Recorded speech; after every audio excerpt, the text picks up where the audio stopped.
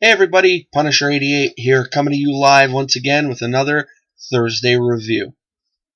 So today I'm reviewing Convergence, the Question, issue number 1, from the first week of Convergence tie-ins. And I already know issue number 2 came out yesterday, and I did reserve a copy of it. So next week when I go to pick up my books, I'll be getting that book as well. And probably the week after, I will be reviewing The Question issue number 2, as well as probably next Saturday, I'm going to be either reviewing Lady Killer issue number 5, the conclusion to the whole Lady Killer story, or I'm going to be reviewing Thor issue number 8, which I have a feeling is going to be a pretty big book, because apparently that's where we're going to be getting the big reveal of who the new Thor character is and everything. So yeah, I know there's quite a few people already starting to talk about that, so it's going to be either or one of those two books. And also, this Saturday, make sure you watch the weekend review, because the book I chose is also a very, whatchamacallit, it's a pretty heavy-duty book. I'm not going to give any spoilers away. You guys are just going to have to stick around and watch on Saturday. Alright, so with all that out of the way, let's get to the book at hand. So, for those of you who watch my reviews, you guys know I like to start with the cover first, so let's check it out. No, I do not like this cover. But, let me explain. Because I know a lot of you are probably saying, well, if you don't like that cover, why did you get it? Excuse me. The shop I got this book from, this was the only copy left. This was the only cover, left. And so I decided just to pick it up anyway. And if I had it my way, if they had the regular cover there, I would have picked up the regular cover. Because I'll be honest, I don't like any of the Convergence tie-in variant covers. Now, I'm not hating on Chip Kidd. I'm sure he's probably a very talented artist and whatnot, but these variants just don't do it for me. So that's why I'm not liking this cover or any of the Convergence, tie-in variants. Now, I'm sure there's a couple of you out there who love these covers, and to those of you out there who do, that's great, because I feel, everyone's entitled to their own opinion. So if you do love these variants, awesome. But myself personally, they just don't do it for me. So what I'm probably going to do is, down the line, once, Convergence cools down and everything, I'm probably going to try and look for the regular Question cover, and I'll probably keep that in my collection. And then this one, the variant, I'll put together in, with a big stack of books. And if I do a contest or something, which probably should be happening soon, because I'm only at 94 subscribers, so I'm 6 off of 100. And I did say when I hit 100 subscribers, I am going to do a contest. Wink, wink. So this will probably be one of the books in the prize or something. So anyway, so yeah, again, this cover, not for me. The regular cover, though, would get a thumbs up. So anyway, so now with the cover out of the way, let's get to what I like to call the nitty-gritty. So before I get started, I just want to say to the newer viewers of my channel, if at any time while watching this video you notice I look up and down at the camera quite a bit, or it sounds like I'm reading to you guys, well, as you just saw, it's because I have my notes in front of me. Now, why do I have my notes in front of me? Well, for starters, it helps the review flow a lot smoother compared to like my early videos, which were pretty much a train wreck. I used to wing it the whole time, and I was basically all over the place. I was repeating myself constantly, and it was just wasn't good. And to those of you who actually feel like watching some of those early videos, be my guest. But again, you've been warned. They're not the greatest. But anyway, the second reason why I keep my notes in front of me is, let's say I'm looking at a certain part and I get stuck. I can backtrack and then keep going. And then the third reason is basically they're there to help me.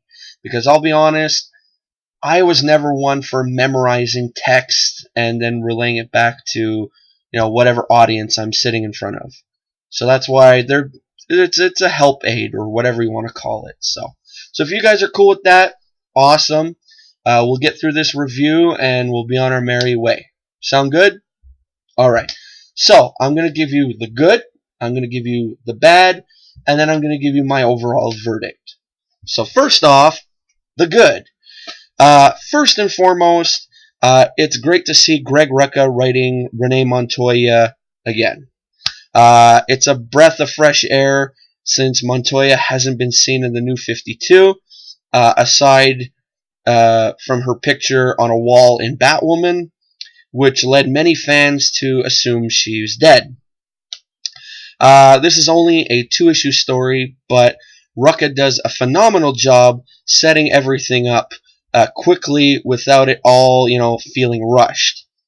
We're introduced to Renee Montoya and Two-Face and the world this takes place in, and within the first few pages, or first few opening pages, I should say, and as exciting as many will be to see, Montoya back in action, this version of Two-Face is pretty fantastic. And I gotta say, I was really excited to see Two-Face in here because, as you all know, Two-Face is one of my, or if not my favorite DC villain.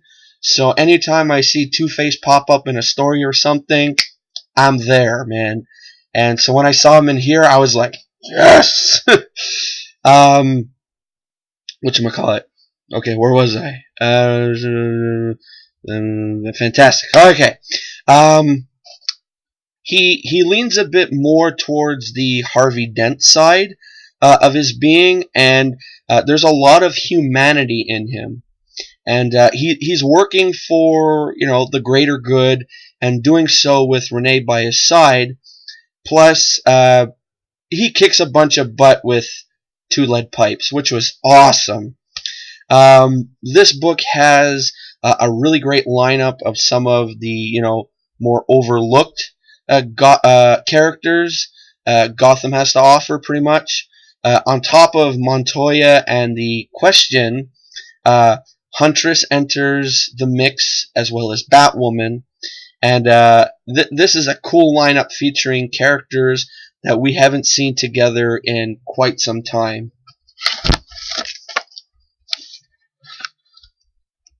Flip tape for side 2. Many people may question how this all ties into Convergence, and halfway through the issue, Brainiac makes an appearance, and you get your answer then. The whole Convergence aspect in this issue doesn't really matter much, though. If this were a monthly book, I'd be on board so fast. And so a part of me just doesn't care how it ties in, because the creative team and the characters here come together for a pretty cool issue. It's great to see Cully Hamner and Dave McCraig working together again. Both of them did some phenomenal work together on The Shade. These two complement each other exceptionally well. One thing that really stands out is the emotion he puts into the Question, who has no face, as you all know, and he uses Montoya's body language to get the tone of her voice out with each scene. McCraig does some really nice work with the color choices on the Question's face, or where her face would be. with Hamner's outlining the areas where her nose and eyes would be, rather than, going with a flat surface, which we've seen in the new 52 version of the character. Or, yeah, yeah. Alright, so, now for the bad. This really feels like a love letter to the pre-52, along with elements of No Man's Land, which is great for fans, but not so great for people who have never read either of those. Rucka does a fine job at, cramming in as much of these characters as he can into this single issue, and catching up readers. But if you're not a Renee Montoya fan, this book may not appeal to you. Also, yeah, that's it. If you're not a Renee Montoya fan, this book, it may not be for you. Now, the verdict. This is really a book for fans of Renee Montoya, as the question. It's essentially fan service that's done incredibly well. The convergence aspect of this book isn't important. And what is important is seeing Greg Rucka, Cully Hamner, and Dave McCraig deliver readers some awesome characters and fun story. These next couple months may be pretty rough with all the Convergence books, and even if you're not a Question fan, I'd put this book towards the top of your Convergence reading pile. So, yeah, with all that being said and done, all in all, great story. And I really can't wait to read issue number 2 next week. So, for those of you who have read issue number 2 already, no spoilers. But, yeah, I really look forward to reading it. So, and that's that. So, if you enjoyed this review, awesome. Give it a thumbs up. If you didn't, give it a thumbs down. If you do, well, it just means I got to work harder to please you guys. And also, if you enjoy other reviews like this, take a look around my channel. I know that's starting to sound like a broken record as well, but I gotta say it. Take a look around my channel. I do reviews every Thursday and Saturday. Thursday. Can't talk properly here. Thursday being, that's better, a current comic, and then Saturday being either a back issue book, a very hot topic book like when Spider-Gwen #1 came out, or you know what I mean, big stuff like that, or like a Spider-Verse thing or something, big hot topic stuff, or anything that really catches my eye, like when I did the review of the Batman 66 one-shot with Two-Face, stuff like that. If it catches my eye, I'm going to review it on a Saturday. So, like, if you guys watched my, if you guys watched my free comic book day haul video, you guys would have noticed that I picked up the 4-issue Gambit miniseries, or I got those IDW specials with Marky Ramone and Doyle from the Misfits, stuff like that. That stuff really catches my eye. So expect reviews of those on Saturdays, that kind of deal. So yeah, so if you like that, check it out. Check out my channel. I got tons of it. If you're into unboxings, I do monthly unboxings because I'm a subscriber to Loot Crate. I haven't posted my April Loot Crate yet. Well, actually, I figured I should let you guys know. Prior to this video, I did make a Loot Crate unboxing video. So, I opened the box and filmed it and everything. And by accident, I deleted the video. So, I have all my Loot Crate stuff out, and the box was thrown out already. So I will do a Loot Crate video. Just there's not going to be any box with the stuff coming out of it. Just I'm going to be showing off the individual items that were in the box. So I hope you guys are okay with that. I know that, strays away from the official unboxing, but at least in some way or form, I'm keeping up with the monthly, tradition of showing you guys what I got in Loot Crate. So there's that. Also, if you're into little backstories on lame comic book characters, normally every Wednesday I do just that. I give you guys the character's bio, when they made their first appearance in the comics. I mean, who created the character, other books they appeared in, powers and abilities, all that great stuff. So if you're into any of that kind of thing, or if you're into that kind of thing, again, take a look around. I got quite a bit of it. So, and if there's any video you really like, give it a thumbs up. Also, comment. I love reading viewers' comments. The reason why I love reading the viewer comments is because I find it really keeps that connection between myself and you guys, really strong, And I like to hear what you guys have to say too, because there are times when I read certain comments, it gives me, I pick ideas and stuff for future content and everything. And then when all in all is done, before leaving, make sure to click that subscribe button, because I gotta say, I have two promises concerning my channel. My first one is my Loot Crate unboxings. I've made that my promise from day one when I started this channel. I said whenever I got my Loot Crate, my promise was to my viewers that I would do an unboxing for them.